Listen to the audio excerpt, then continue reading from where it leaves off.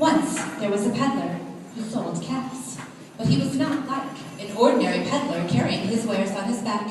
He carried them on top of his head. First, he had his own checked cap.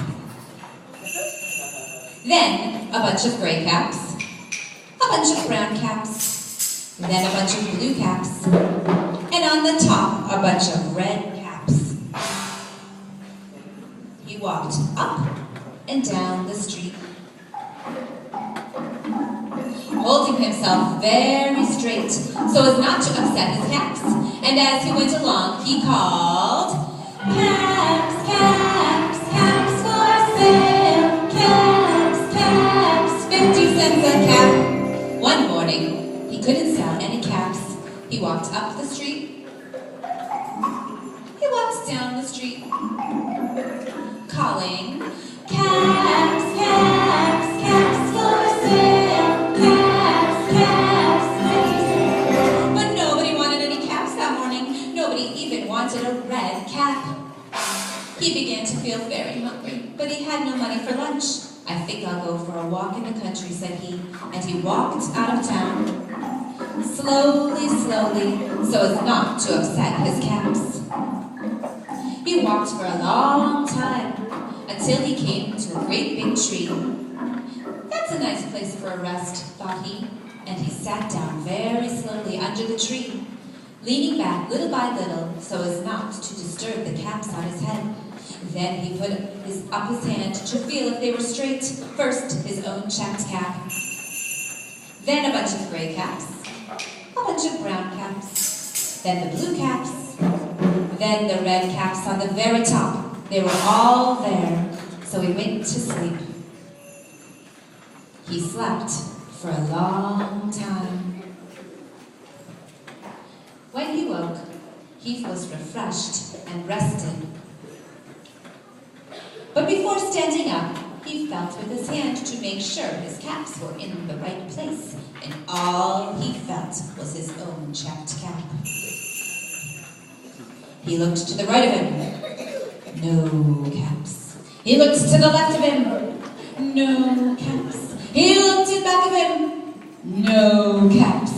He looked behind the tree. No caps.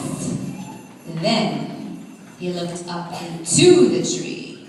And what do you think he saw?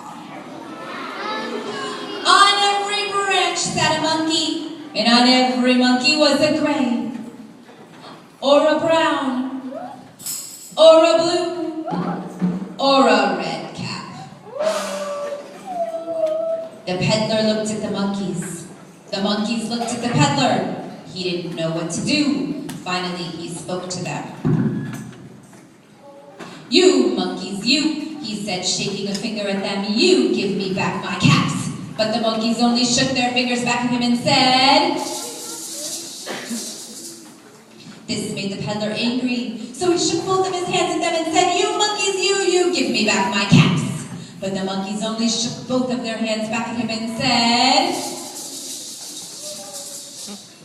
Now he felt quite angry. He stamped his foot and he said, "You monkeys, you better give me back my caps." But the monkeys only stamped their feet back at him and said... By this time, the peddler was really very, very angry. He stamped both of his feet and shouted, "You monkeys, you must give me back my caps!" But the monkeys only stamped both of their feet back at him and said... At last, he became so angry that he pulled off his own cap and threw it on the ground. But then, each monkey pulled off his cap, and all of the gray caps, and all of the brown caps, and all of the blue caps, and all of the red caps came flying down out of the tree. So the peddler picked up his caps and put them back on his head. First his own checked cap, then the gray caps, then the brown caps, then the blue caps, and then the red caps at the very top.